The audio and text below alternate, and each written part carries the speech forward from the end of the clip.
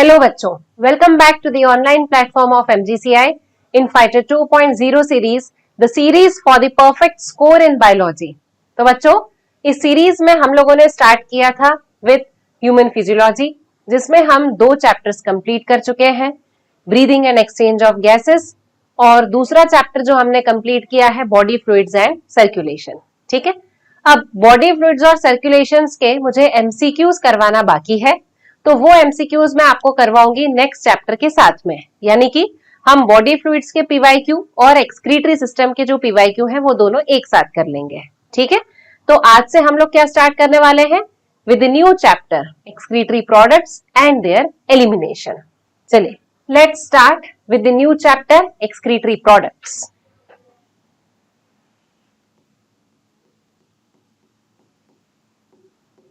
excretory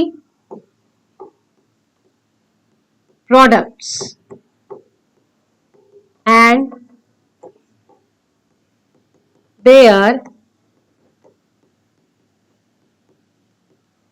elimination। ठीक है, मतलब एक्सक्रीटरी प्रोडक्ट्स क्या है, कौन कौन से एक्सक्रीटरी प्रोडक्ट्स हैं, और उन एक्सक्रीटरी प्रोडक्ट्स को हम हमारी बॉडी से एलिमिनेट कैसे कर सकते हैं, इस बारे में हमें इस चैप्टर में पढ़ना है। ठीक, चलिए देखिए, अब यहां पर सबसे पहली लाइन एनसीईआरटी क्या कहती है, एनिमल्स एक्यूमुलेट अमोनिया। एनिमल्स क्या एक्यूमुलेट करते हैं, अमोनिया, दूसरा यूरिया, तीसरी चीज uric acid, carbon dioxide, salts, water etcetera. Animals in सारी चीजों का एक्यूमुलेशन कर सकते हैं। ठीक है, अब देखो बच्चों, यहां से अगर आपको ऐसा स्टेटमेंट आए कि एनिमल्स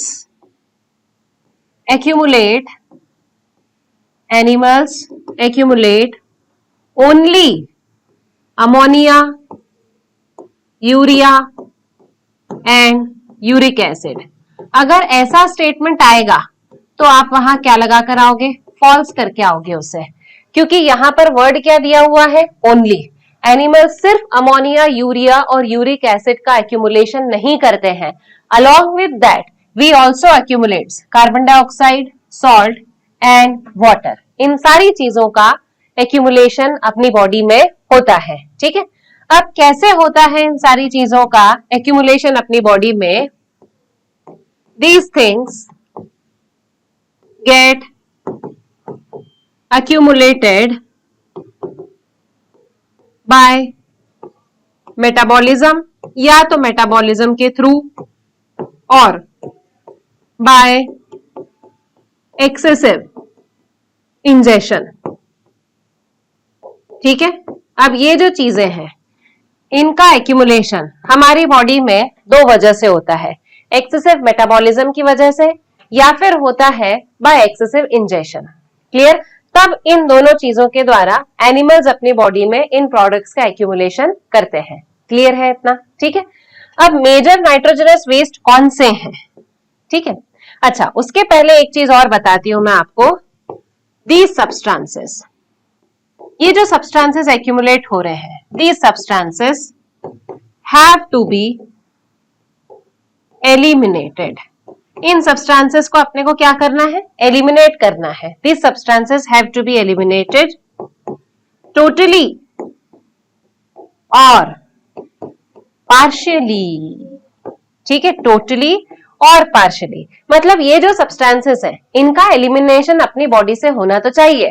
कुछ सब्सटेंसेस का एलिमिनेशन टोटली और कुछ सब्सटेंसेस का एलिमिनेशन पार्शियली। पार्शियली किस सब्सटेंस का एलिमिनेशन होना चाहिए, यूरिया का एलिमिनेशन कैसा होता है बच्चों, पार्शियली। और क्यों यूरिया का एलिमिनेशन पार्शियली होता है, फॉर मेंटेनिंग द ऑस्मोरेगुलेशन। ठीक है, ऑस्मोरेगुलेशन मेंटेन करने के लिए यूरिया का जो एलिमिनेशन होता है ये कैसा होता है, पार्शियल एक्यूमुलेशन होता है, पार्शियल एक्सक्रीशन होता है। क्लियर है इतना? ठीक है, चलिए, तो ये हमने देख लिया कौन से सब्सटेंसेस एक्यूमुलेट हो रहे हैं, कैसे एक्यूमुलेट हो रहे हैं, किन्हीं सब्सटेंसेस का एलिमिनेशन हम टोटली करते हैं और कुछ ऐसे सब्सटेंसेस होते हैं जिनका एलिमिनेशन पार्शियली किया जाता है। क्लियर है इतना बच्चों? ठीक है, चलिए अब हम यहां देखते हैं 3 major types of nitrogenous waste.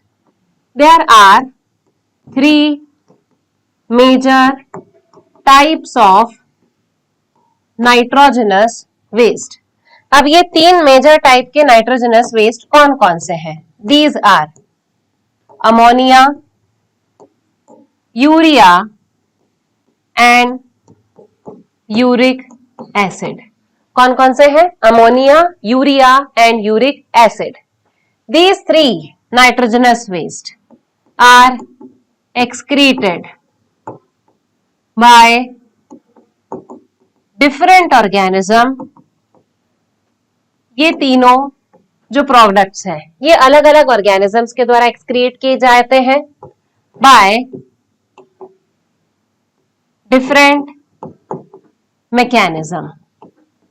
ठीक है, अलग अलग ऑर्गेनिज्म अलग अलग मैकेनिज्म के थ्रू इन 3 नाइट्रोजनस वेस्ट का एलिमिनेशन अपनी बॉडी से करते हैं। क्लियर? अलग अलग organism with different type of mechanism including different type of organs. ठीक है, एक तो मैकेनिज्म भी अलग है और दूसरा ऑर्गन भी अलग है। तो ऑर्गन भी अलग है, मैकेनिज्म भी अलग है, यानी कि ये सब्सटेंसेस जो है वो डिफरेंट ऑर्गेनिजम्स अपनी बॉडी से एलिमिनेट कर सकते हैं। क्लियर? ठीक, चलिए अब आगे देखते हैं कि ये तीनों नाइट्रोजनस वेस्ट कैसे एलिमिनेट होते हैं, पानी कितना लगता है इनके एलिमिनेशन के लिए, ये सारी चीजें हम देखते हैं। ठीक है, चलिए तो यहां पर हम टेबल बनाकर पढ़ेंगे इसको। फर्स्ट कॉलम में क्या लिख लेती हूं मैं यहां? कैरेक्टरिस्टिक्स। जिन कैरेक्टरिस्टिक्स के बेसिस पर हम इन्हें डिफरेंशिएट करेंगे। सेकेंड कॉलम किसका बना लिया मैंने यहां? Ammonia,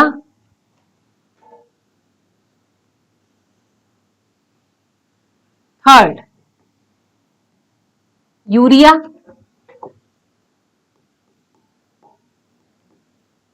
and fourth uric acid. ठीक है, तो इस तरीके से हम इन तीनों नाइट्रोजनस वेस्ट की स्टडी करने वाले हैं। ठीक है, सबसे पहला कैरेक्टर अपन ले रहे हैं यहां पर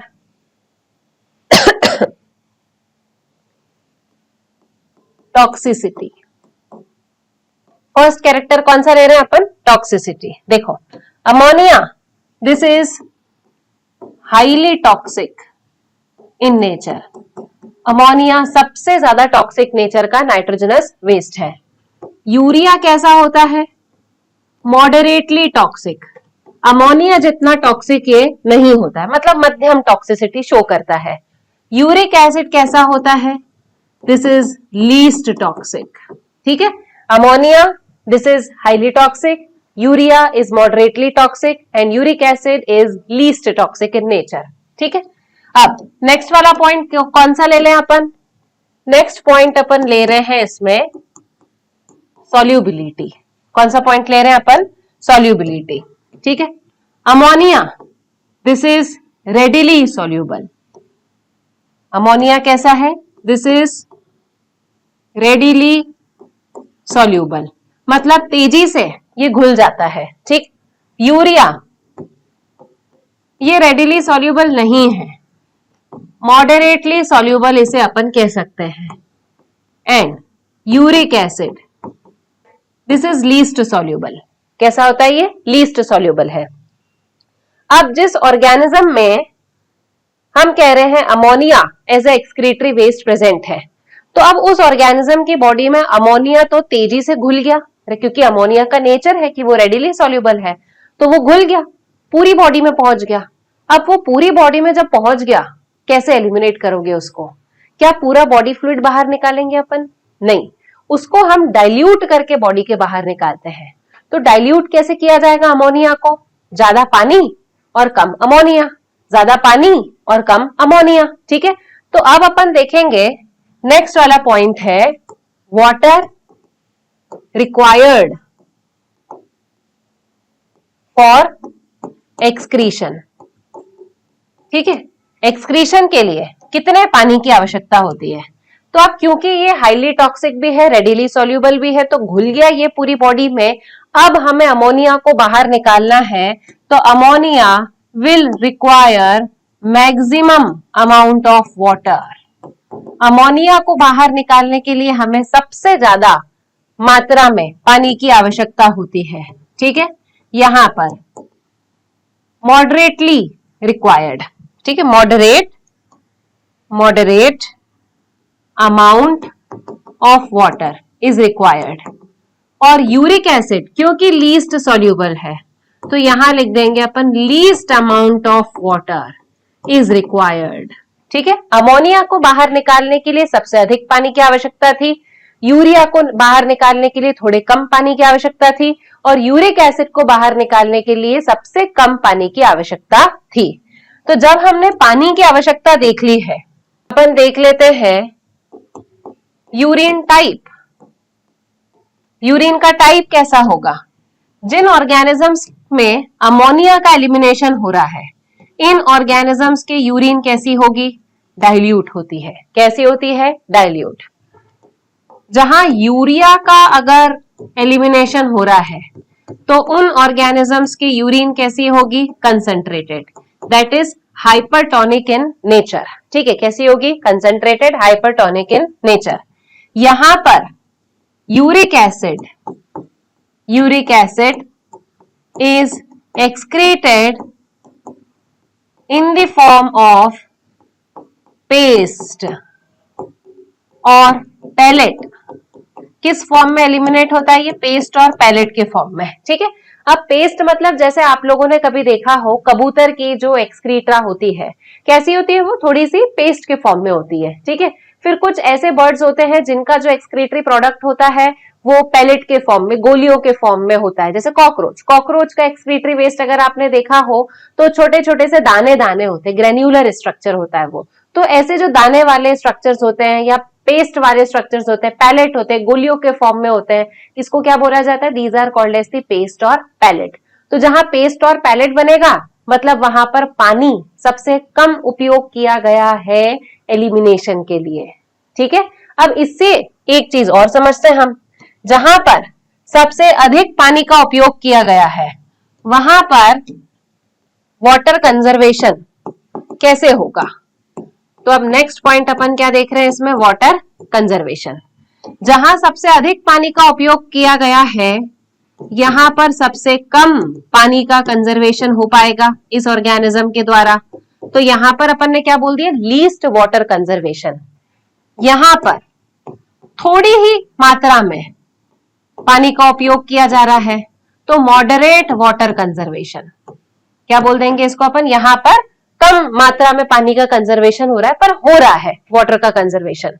और यहां पर पानी का उपयोग ही नहीं हो रहा है, तो यहां मैक्सिमम वाटर का कंजर्वेशन किया जा सकता है। क्लियर है बच्चों इतना? ठीक है, तो हमने टॉक्सिसिटी देख लिया, सॉल्युबिलिटी देख लिया, वाटर का रिक्वायरमेंट देख लिया, फिर यूरिन का टाइप देख लिया, और वाटर का कंजर्वेशन कितना हो रहा है ये हमने देख लिया है। क्लियर है? अब ये चीजें बनती कैसी हैं?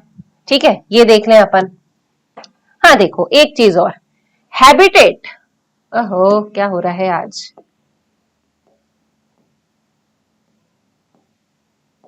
हैबिटेट। ठीक है, किस हैबिटेट में ऑर्गेनिज्म रहते हैं जो अमोनिया का एक्सक्रीशन कर रहे हैं? ठीक, हैबिटेट कौन सा होगा? अब देखो, यहां लीस्ट वाटर कंजर्वेशन और पानी की मात्रा सबसे अधिक है। तो जहां पानी की मात्रा सबसे अधिक है, उन ऑर्गेनिजम्स को पानी की कमी कभी नहीं होनी चाहिए। तो किस प्रकार के हैबिटेट में रहेंगे ये ऑर्गेनिज्म? जो है वो एक्वाटिक हैबिटेट एक्वायर करते हैं। कौन से हैबिटेट में रहेंगे ये? एक्वाटिक हैबिटेट में। ठीक है, जहां यूरिया एलिमिनेट करना है, ये कौन से हैबिटेट में रहेंगे? टेरेस्ट्रियल हैबिटेट में। कौन से हैबिटेट में रहेंगे? टेरेस्ट्रियल हैबिटेट में। ठीक है, क्योंकि यूरिया एक तो थोड़ा सा कम टॉक्सिक है, दूसरा यहाँ पर जो ऑर्गेनिज्म टेरेस्ट्रियल है, तो टेरेस्ट्रियल ऑर्गेनिज्म जो है उनकी आवश्यकता हो जाती है कि वो लीस्ट टॉक्सिक या लेस टॉक्सिक नाइट्रोजनस वेस्ट का एलिमिनेशन करें। क्यों आवश्यकता है उन्हें लेस टॉक्सिक नाइट्रोजनस वेस्ट का एलिमिनेशन करने की? क्योंकि अगर प्रोडक्ट ज्यादा टॉक्सिक हुआ, वाटर ज्यादा बाहर निकालना पड़ेगा। ठीक है, अब हम टेरेस्ट्रियल हैं, पानी में बार बार डुबकी थोड़ी मारेंगे हम एलिमिनेशन के लिए, हम तो पानी पीते हैं और कभी कभार पानी पीना भूल जाते हैं। तो जब आप भूल गए तो फिर अमोनिया तो आपकी बॉडी में टॉक्सिसिटी क्रिएट करेगा।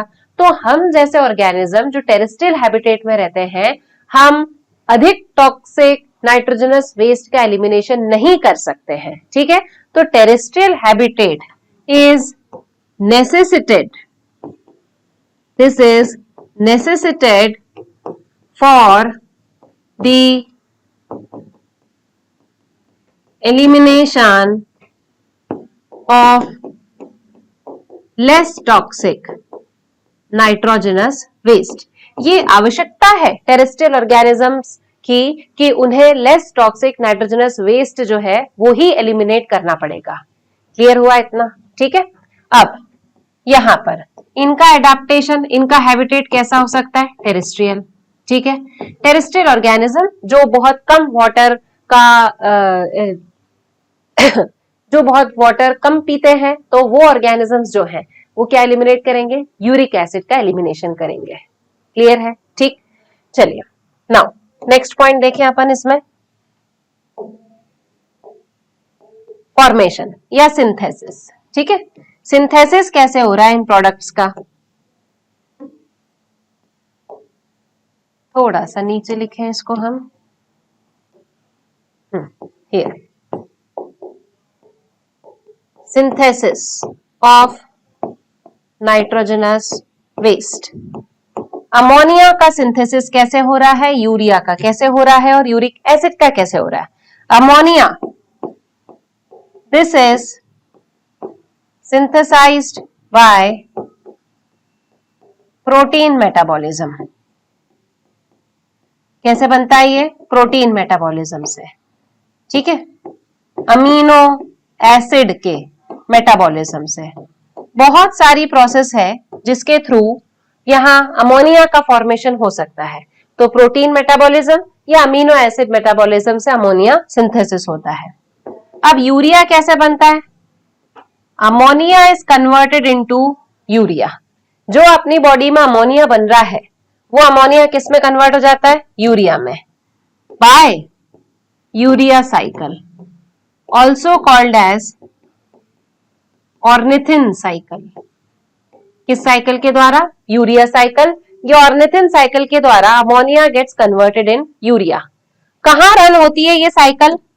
ये साइकिल रन होती है लिवर। कहां रन होती है ये साइकिल? लिवर में। मतलब urea is synthesized in liver. Urea का सिंथेसिस कहां होता है? लिवर में होता है। क्लियर हुआ इतना? ठीक। यूरिक एसिड कैसे बनता है? Uric acid is formed by purine metabolism. This is synthesized by metabolism of purine. ठीक है, जैसे एडेनिन है, ग्वानिन है, इनके मेटाबॉलिज्म के थ्रू किसका फॉर्मेशन होता है? यूरिक एसिड का। क्लियर हुआ इतना? ठीक है, नाउ अब वो ऑर्गेनिजम्स विच एक्सक्रीट अमोनिया, ठीक है, ऐसे ऑर्गेनिजम्स जो अमोनिया का एक्सक्रीशन कर रहे हैं, उन ऑर्गेनिजम्स को अपन क्या बोलेंगे? Organisms which are excreting ammonia, they are called as ammonotelic organisms. क्या बोला जाएगा इन्हें? Ammonotelic organism. And ammonotelic organism performs ammonotelism. क्या परफॉर्म कर रही है? अमोनोटेलिज्म। ऑर्गेनिजम्स को बोला अपन ने अमोनोटेलिक, वैसे ही यहां ऑर्गेनिज्म को अपन क्या बोलेंगे? Ureotelic organism and performing ureotelism. ठीक है, सिमिलरली यहां क्या बोलेंगे अपन? Uricotelic organism. क्या बोला जाएगा? Uricotelic organism performing uricotelism.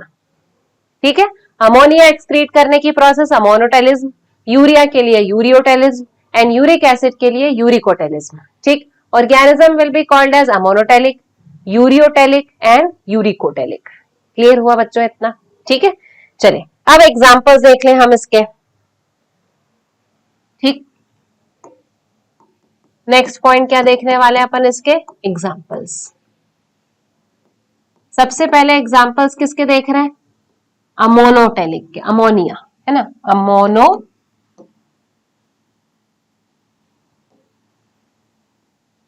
मोनोटेलिक organisms के एग्जाम्पल। अब हमने बोला मोनोटेलिक ऑर्गेनिजम्स कहाँ पाए जाएंगे? एक्वाटिक हैबिटेट में। कहाँ पाए जाएंगे ये? एक्वाटिक हैबिटेट में। एग्जाम्पल्स देखें इसके। एक्वाटिक ऑर्गेनिजम्स जैसे aquatic amphibians, aquatic amphibians. Aquatic amphibians में अपन किसकी बात कर लेंगे? टैडपोल लार्वा, है ना, टैडपोल लार्वा। क्लियर? दूसरा बोनी फिशेस। अब फिश में तो कुछ है नहीं, देखो बोनी फिशेस। फिशेस तो हमेशा कैसी होती है? एक्वाटिक नेचर की होंगी बोनी फिशेस। पर बोनी फिश का एग्जाम्पल बता देती हूं मैं आपको यहाँ, है ना। बोनी फिशेस में जैसे हिप्पोकैम्पस, सी हॉर्स, ठीक है। फिर एक फिश आ जाती है जिसका नाम है एक्सोसीटस। तो these are some examples of the bony fishes. तो एक हो गया एक्वाटिक एम्फीबियंस, दूसरा हो गया बोनी फिशेस, तीसरा एक्वाटिक इंसेक्ट्स। ठीक है, तो ये तीन इसके एग्जांपल्स हो गए। अब नेक्स्ट हम चलते हैं किस पर? यूरियोटेलिक। कौन से ऑर्गेनिजम्स आएंगे? टेरेस्ट्रियल ऑर्गेनिजम्स आएंगे। कौन से आएंगे? Terrestrial organisms. देखिए टेरेस्ट्रियल ऑर्गेनिजम्स में कौन से होंगे? Terrestrial amphibians. एक तो सबसे पहले आ गए टेरेस्ट्रियल एम्फीबियन जैसे कि फ्रॉग, ठीक है। दूसरे ऑर्गेनिजम्स कौन से आ जाएंगे इसके अलावा? Marine, cartilaginous fishes. Marine cartilaginous fishes मतलब रह रही कहां है? समंदर में। उनका एक्सोस्केलेटन कैसा है? कार्टिलेजिनस। रह रहे कहां है? वाटर में। एक्सोस्केलेटन कैसा है? बोनी। ठीक है, इसके एग्जाम्पल हमने देखे, इसके भी दो एग्जाम्पल बता देती हूं। इसके दो एग्जाम्पल्स में आएगा एक शार्क, दूसरा स्कोलियोडॉन, ठीक है, तीसरा ट्राइगॉन। कहां पड़े हैं ये? याद करो, एनिमल किंगडम में पड़े हैं। ठीक है, तो ये हो गए टेरेस्ट्रियल एम्फीबियंस। दूसरा अपन ने कह दिया मेराइन कार्टिलेजिनस फिशेस। तीसरा एग्जाम्पल क्या होगा इसमें? मैमल्स। तीसरा मैमल्स इंक्लूडिंग कैमल। कैमल क्यों लिखा मैंने स्पेसिफिक? क्योंकि कैमल डेजर्ट एरिया में पाया जाता है, वाटर का इंटेक उसका इतना फ्रीक्वेंट नहीं होता। Then to it excretes urea. ठीक है, फिर इसके अलावा एक्वाटिक मैमल्स। एक्वाटिक मैमल्स में कौन से आते हैं? जैसे वेल, डॉल्फिन, है ना, ये भी सारे कैसे हैं? These are also ureotelic in nature. ठीक, चलिए अब तीसरी कैटेगरी अपन ले लें इसमें। तीसरा ऑर्गेनिजम्स कौन से हैं? Uricotelic organisms. हैबिटेट क्या है? टेरेस्ट्रियल। कुछ हवा में भी उड़ सकते हैं, जैसे मच्छर है, मक्खियां हैं। ठीक है, देखो अब इनमें एग्जाम्पल्स में क्या आएगा? बर्ड्स, रेप्टाइल्स, लैंड स्नेल और इंसेक्ट्स। इंसेक्ट्स में जैसे कॉकरोच, ठीक है, तो ये हो गए। रेप्टाइल्स में लिजार्ड, ठीक, तो birds, reptiles, land snail and insects. ठीक, ये चार एग्जाम्पल हो गए यूरिकोटेलिक ऑर्गेनिजम्स के। क्लियर हुआ बच्चों इतना? ठीक है, तो हमने क्या देख लिया यहाँ पर? तीन टाइप के एक्सक्रीटरी प्रोडक्ट्स और उन एक्सक्रीटरी प्रोडक्ट्स के हमने कैरेक्टरिस्टिक्स देख लिए हैं। क्लियर? नाउ अब देखो डिफरेंट ऑर्गेनिजम्स में डिफरेंट डिफरेंट टाइप के एक्सक्रीटरी ऑर्गन्स जो है वो प्रेजेंट होते हैं, और उन डिफरेंट टाइप के एक्सक्रीटरी ऑर्गन्स के फंक्शन भी अलग अलग होते हैं। किसी का फंक्शन होता है सिर्फ एक्सक्रीशन करना, किसी का फंक्शन होता है इलेक्ट्रोलाइट और वाटर के बैलेंस को भी मेंटेन करके रखना। ठीक है, तो अब हम देखते हैं कि डिफरेंट ऑर्गेनिजम्स में कौन कौन से ऑर्गन्स प्रेजेंट होते हैं। Different organisms with different types of excretory organ, different organisms with different type of excretory organs. ठीक है, याद आ गया। मैं एनिमल किंगडम के यहाँ पर एग्जाम्पल भी पूछूंगी क्योंकि याद करवाए हैं मैंने आपको। ठीक है, देखो सबसे पहले यहाँ किसकी बात कर ले, kingdom protista. Animal like organisms involve होते हैं इसमें, इसलिए क्या बात कर रहे हैं अपन, kingdom protista. Example kingdom protista में कौन कौन से आएंगे, एक तो अमीबा लिख ले अपन, है ना, पहले भी याद किया अपन ने। दूसरा paramecium, amoeba and paramecium.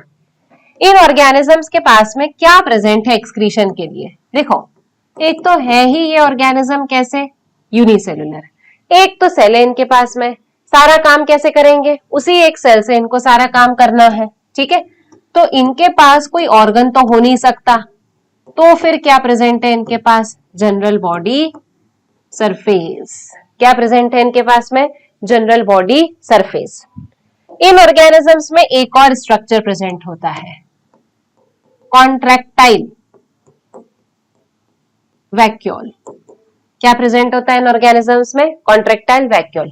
Specially paramecium में क्या प्रेजेंट है, कॉन्ट्रैक्टाइल वैक्यूल। क्या होता है कॉन्ट्रैक्टाइल वैक्यूल से, इट हेल्प्स इन ऑस्मोरेगुलेशन। किसमें हेल्प कर रहा है ये, ऑस्मोरेगुलेशन में। ठीक है, ऑस्मोरेगुलेशन मतलब क्या है, water and electrolyte balance, water और इलेक्ट्रोलाइट के बैलेंस को मेंटेन करके रखना, this is called as osmo regulation.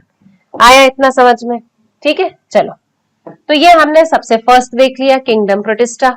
दूसरा, अब एनिमल किंगडम पर आ जाते हैं। एनिमल किंगडम में सबसे पहला फाइलम कौन सा, फाइलम पॉरीफेरा, है ना। एग्जाम्पल क्या है पॉरीफेरा के, ये याद करवाए थे मैंने आपको, 3 एग्जाम्पल, साइकॉन, स्पॉन्जिला और Euspongia. साइकॉन, Spongilla and Euspongia. In organisms में तो सेल एग्रीगेट ही था, कोई ऑर्गन के प्रेजेंट होने का चांस नहीं है, तो इनके पास में भी क्या होगा, जनरल बॉडी सरफेस। क्या प्रेजेंट होगा, जनरल बॉडी सरफेस। इसी के थ्रू एक्सक्रीशन भी कर लेंगे ये, ठीक है। अगला ऑर्गेनिज्म, फाइलम सीलेंट्रेटा। एग्जाम्पल्स क्या होंगे सीलेंट्रेटा के, हाइड्रा, दूसरा हो जाएगा एडेम्सिया, ओरेलिया, फाइसेलिया। ये सारे एग्जाम्पल्स मैंने आपको पढ़ा दिए थे, ठीक है। इन ऑर्गेनिजम्स में क्या होगा, इनके पास में भी टिश्यू लेवल ऑफ ऑर्गेनाइजेशन है, ऑर्गन होने की कोई संभावना नहीं है। These organisms also will have general body surface, ठीक। अगले जो ऑर्गेनिजम्स होंगे, टीनोफोरा। एग्जाम्पल याद करके बताओ मुझे। यस, वेरी गुड, प्लूरोब्रेकिया और दूसरा टीनोप्लाना, प्लूरोब्रेकिया एंड टीनोप्लाना, ठीक है। फिर नेक्स्ट, इनमें ये तो भाई है सीलेंट्रेटा का, जैसा सीलेंट्रेटा ने बोला वैसा ही ये भी करेगा, तो इसके पास में भी कोई अलग से ऑर्गन नहीं है, जनरल बॉडी सरफेस है। क्लियर है, ठीक है। चलो, तो ये 3 हमने देख लिए। अब यहां से ऑर्गन सिस्टम चालू हो रहा है। अगला फाइलम कौन सा होगा हमारा, प्लेटीहेल्मिन्थीज। कौन सा होगा, प्लेटीहेल्मिन्थीज। प्लेटीहेल्मिन्थीज जो है, इनमें एग्जाम्पल्स सबसे पहले तो प्लेनेरिया, दूसरा सबसे अच्छा एग्जाम्पल जो आप लोग याद रखते हो लिवर फ्लूइड, तीसरा एग्जाम्पल जो आप लोग याद रखते हो टीनिया, टेपवर्म। ये 3 हो गए इसके एग्जाम्पल्स। इस ऑर्गेनिज्म में स्पेशल क्या प्रेजेंट है, इस ऑर्गेनिज्म में प्रेजेंट है इसका एक excretory organ, called as protonephridia. This protonephridia is also called as the flame cells. क्या नाम है इसका? Flame cells. ठीक है, प्रोटोनेफ्रिडिया और फ्लेम सेल्स. प्रोटो वर्ड का मतलब क्या होता है? पुराना, पुराना. नेफ्रिडिया मतलब क्या होता है? ट्यूब्यूल. तो मतलब है तो वो ट्यूब्यूल ही, कोई अलग स्ट्रक्चर नहीं है. वो क्या है? वो ट्यूब्यूल है, पर पुराने हैं. मतलब पुराने का मतलब ये नहीं है कि पुराने, पुराने का मतलब ये है पहले जो ऑर्गेनिजम्स इवॉल्व हुए उनमें ये काफी पहले से प्रेजेंट है, इसीलिए इसको क्या नाम दिया है? प्रोटोनेफ्रिडिया. क्लियर है? ठीक है. नेक्स्ट, अब अगले ऑर्गेनिजम्स देखें अपन इसमें.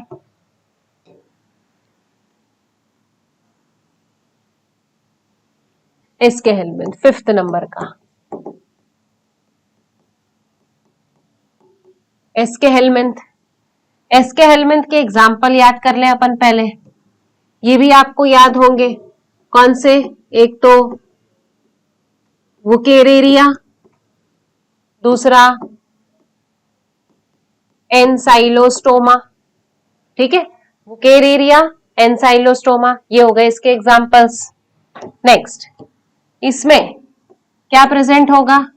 These organisms have renette cells, या फिर क्या कहा जाता है इन्हें? H cells. रेनेट सेल्स और एच सेल्स. अब ये फंक्शन क्या कर रहा है? ये फंक्शन कर रहा है यहां पर बोथ एक्सक्रीशन एंड ऑस्मोरेगुलेशन. क्या फंक्शन कर रहा है ये? Both excretion and osmoregulation. Similarly protonephridia, ये भी क्या कर रहे हैं? Both excretion and osmoregulation. Excretion भी और ऑस्मोरेगुलेशन भी. यहां पर भी एक्सक्रीशन भी एंड ऑस्मोरेगुलेशन भी, दोनों ही फंक्शन परफॉर्म किए जाएंगे. ठीक है, चलिए एस्के हेलमिंथ के बाद में नेक्स्ट वाले फाइलम पर चले. 6th कौन सा होगा? एनिलिडा. एनिलिडा के एग्जांपल्स तो आपको याद ही होंगे काफी अच्छे से. अर्थवर्म, दूसरा लीच, तीसरा नेरीज. ये 3 हो गए इसके एग्जांपल. ठीक है, इस ऑर्गेनिज्म में क्या प्रेजेंट है? देखो, सम एनिलिड्स. क्या बोला मैंने? सम एनिलिड्स. कुछ एनिलिड्स के पास में क्या प्रेजेंट है? प्रोटोनेफ्रिडिया, है ना. एंड अदर्स, इनके पास में क्या प्रेजेंट है? नेफ्रिडिया. नेफ्रिडिया किस ऑर्गेनिज्म में स्पेसिफिक प्रेजेंट है? अर्थवर्म. अर्थवर्म का एक्सक्रीटरी ऑर्गन क्या है? नेफ्रिडिया. बाकी कुछ एनिलिड्स में क्या प्रेजेंट है? प्रोटोनेफ्रिडिया. इनका भी फंक्शन क्या है? इनका भी फंक्शन है बोथ एक्सक्रीशन एंड ऑस्मोरेगुलेशन. क्या फंक्शन है? Excretion and osmoregulation. Clear? Now अगला फाइलम ले एनिलिडा के बाद में. 7th arthropoda. कौन सा फाइलम होगा अगला? आर्थ्रोपोडा. आर्थ्रोपोडा में इंसेक्टा, है ना. सबसे पहला कौन सा? इंसेक्टा. फिर उसके बाद में स्पाइडर और स्कॉर्पियन की बात कर लेंगे, और फिर अपन बात कर लेंगे किसकी? प्रॉन की, मतलब क्लास क्रस्टेशिया की. ठीक है, इंसेक्टा क्लास में कौन से एक्सक्रीटरी ऑर्गन होंगे? कॉकरोच के पास में बताओ कौन से एक्सक्रीटरी ऑर्गन होते हैं?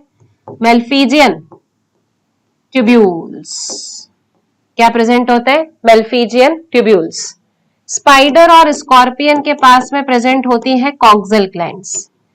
क्या प्रेजेंट होती है इसके पास में? Coxal glands. और प्रॉन के पास में प्रेजेंट होती है antennary glands. Antennary glands also called as green glands. Antennary glands and green glands. इन तीनों ऑर्गन्स का फंक्शन भी आप क्या बताओगे? Excretion and osmoregulation. क्या बताएंगे? Excretion and osmoregulation. ठीक, आर्थ्रोपोडा भी हो गया।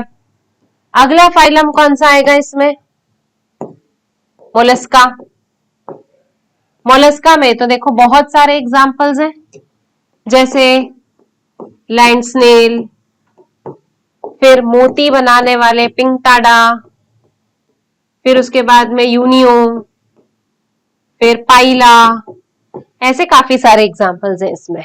ठीक, इनमें एक्सक्रीटरी ऑर्गन क्या होगा? कोई स्पेशल नहीं है इनके पास में excretory organ. They have feather like gills. क्या प्रेजेंट है इनके पास में? Feather like gills. Feather like gills are called as ctenidia. क्या कहा जाता है इन्हें? टिनिडिया। कहां से लाई हूं मैं ये इंफॉर्मेशन? एनिमल किंगडम से। एनिमल किंगडम में है बच्चों ये, आउट ऑफ एनसीईआरटी नहीं बता रही हूं मैं आपको। ठीक, मोलस्का में फेदर लाइक गिल्स प्रेजेंट है। ठीक है, नाउ अगला फाइलम कौन सा आएगा अपना? 9th नंबर का phylum Echinodermata. Echinodermata example starfish, brittle star, है ना, कुकुमेरिया, ये सारे इसके एग्जाम्पल्स हो गए। ठीक, इस ऑर्गेनिज्म में क्या प्रेजेंट है? एक्सक्रीटरी ऑर्गन के नाम पर कुछ नहीं। हमारी बुक लिखती है there is no specific excretory organ. इस ऑर्गेनिज्म में कोई स्पेसिफिक एक्सक्रीटरी ऑर्गन जो है वो प्रेजेंट नहीं होता है। ठीक, तो क्या एक्सक्रीशन नहीं करते होंगे? करते हैं। इनके पास एक वाटर वैस्कुलर सिस्टम होता है, उससे ये एक्सक्रीशन और ऑस्मोरेगुलेशन दोनों परफॉर्म करते हैं। क्लियर है बच्चों इतना? ठीक है, चलिए अब एक फाइलम और बचा है हमारा इन्वर्टिब्रेट्स में, वो भी हम यही देख लेते हैं। 10th नंबर का हेमिकॉर्डेटा। इसके दो भाई भाई जैसे एग्जाम्पल है ना? कौन से? Balanoglossus and saccoglossus. Balanoglossus and saccoglossus. इसमें क्या प्रेजेंट है एक्सक्रीटरी ऑर्गन के नाम पर? यहां प्रेजेंट है प्रोबोसिस ग्लैंड। क्या प्रेजेंट है इसके पास में? Proboscis gland for both excretion and osmoregulation. For both excretion and osmoregulation. ठीक है, तो ये हमने इन्वर्टिब्रेट्स के बारे में देख लिया कि इन्वर्टिब्रेट्स में किन ऑर्गेनिजम्स में कौन कौन से ऑर्गन्स जो है वो प्रेजेंट है फॉर एक्सक्रीशन एंड ऑस्मोरेगुलेशन। अब थोड़ा अपन वर्टिब्रेट्स की बात कर लेते हैं यहां पर। ठीक है, देखो यहां अपन बात कर रहे हैं किसकी? Phylum Chordata. फाइलम कॉर्डेटा, इसमें एक सब फाइलम आता है सिफेलोकॉर्डेटा। कौन सा? सिफेलोकॉर्डेटा। सिफेलोकॉर्डेटा के एग्जाम्पल्स है दो। एक ही एग्जाम्पल है जिसके दो नाम है। एम्फिऑक्सस, ऑल्सो कॉल्ड एज लैंसलेट। ठीक है, एम्फिऑक्सस ऑल्सो कॉल्ड एज लैंसलेट। इस ऑर्गेनिज्म के पास में क्या प्रेजेंट है? इस ऑर्गेनिज्म के पास में प्रेजेंट है प्रोटोनेफ्रिडिया। ये वही प्रोटोनेफ्रिडिया है जो प्लेटीहेल्मिन्थ्स के पास था। ये वही प्रोटोनेफ्रिडिया है जो कुछ एनालिड्स के पास में था। ये तीसरा ऑर्गेनिज्म है जिसमें प्रोटोनेफ्रिडिया की अपन बात कर रहे हैं। फंक्शन क्या करता है? Same, excretion and osmoregulation. Excretion and osmoregulation. ठीक, अब आ जाते हैं अपन इस पे फाइलम कॉर्डेटा के दूसरे सब फाइलम पर, वर्टिब्रेटा। किस पर आ गए अपन? वर्टिब्रेटा। वर्टिब्रेटा में क्लासेस है अपने पास में 5 क्लासेस है। सबसे पहली कौन सी? पाइसीज। पाइसीज में क्या आती है? मछलियां। ठीक है, पाइसीज में क्या आएंगे? मछलियां। मछलियों के पास में देखो, एक तो मछलियां क्या एक्सक्रीट आउट करती है, अमोनिया। क्या एक्सक्रीट कर रही है मछलियां, अमोनिया। ठीक है, ammonia is excreted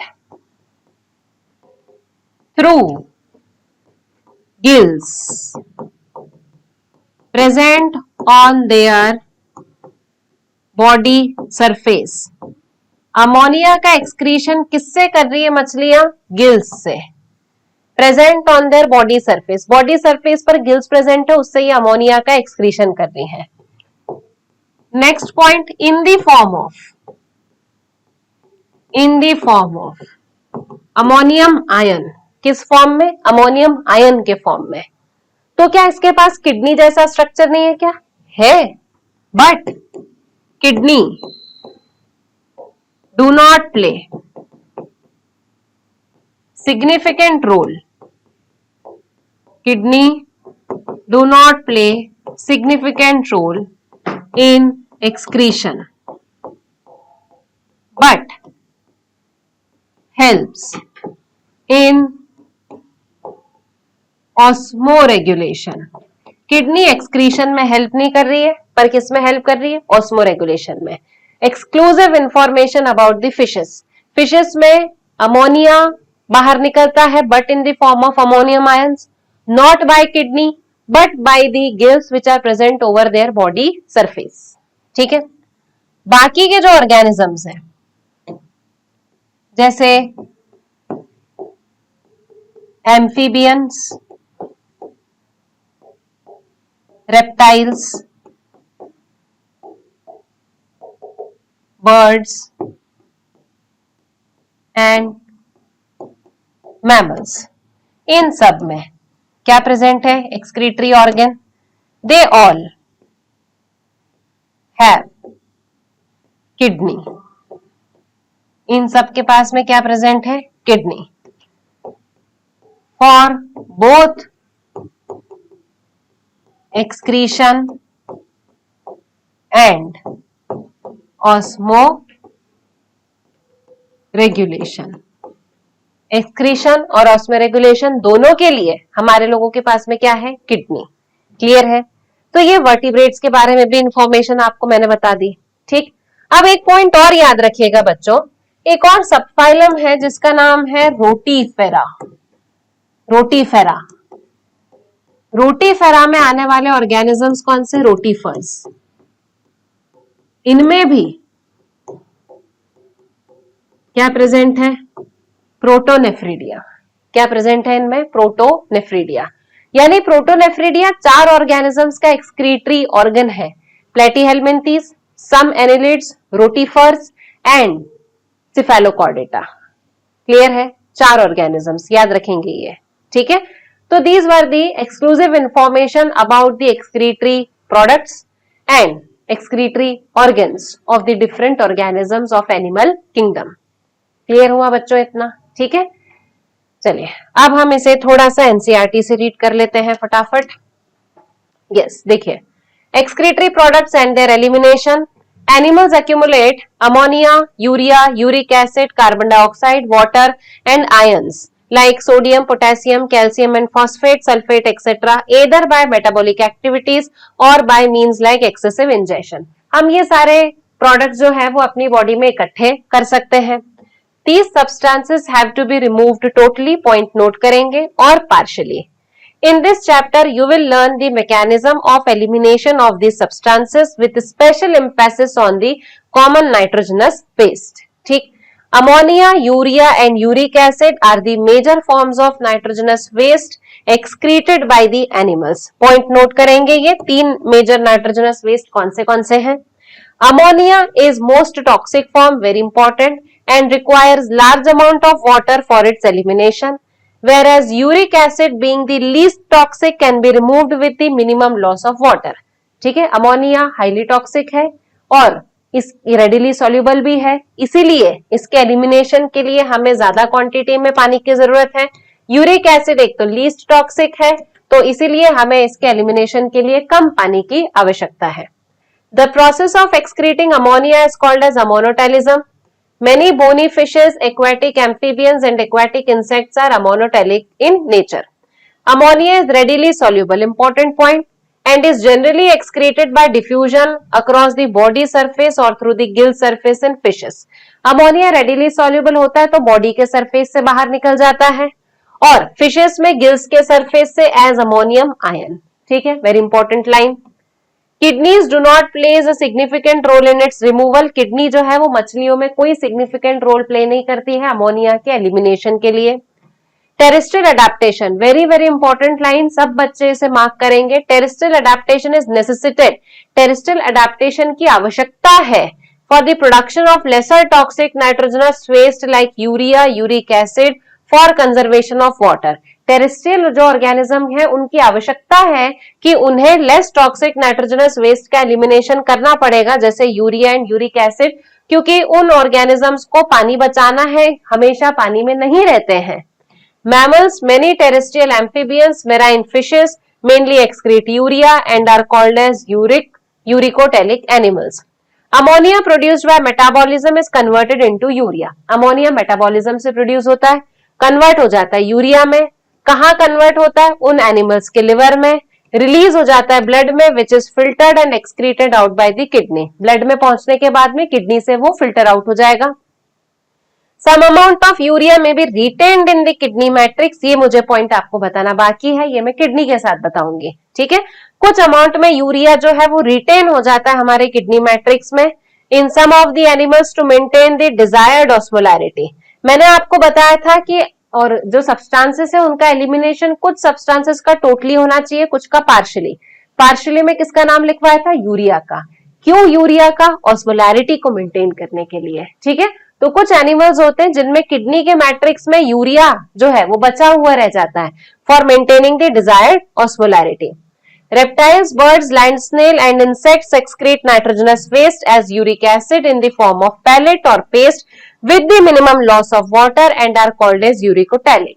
in organisms में वाटर का लॉस मिनिमम होता है क्योंकि पानी बार बार पीते नहीं है, तो वाटर की रिक्वायरमेंट इनकी मिनिमम है, तो वाटर को कंजर्व करके रखना पड़ता है. ठीक है, चलिए next. A survey of animal kingdom presents a variety of excretory structures in most of the invertebrates. These structures are simple tubular forms, whereas vertebrates में complex tubular organ हो सकता है जैसे किडनी.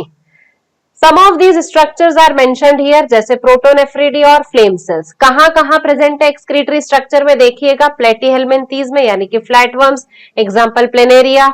रोटीफर्स में प्रेजेंट है, कुछ annelids में है और सिफेलोकॉर्डेट जैसे एम्फिऑक्सिस में है. क्लियर है?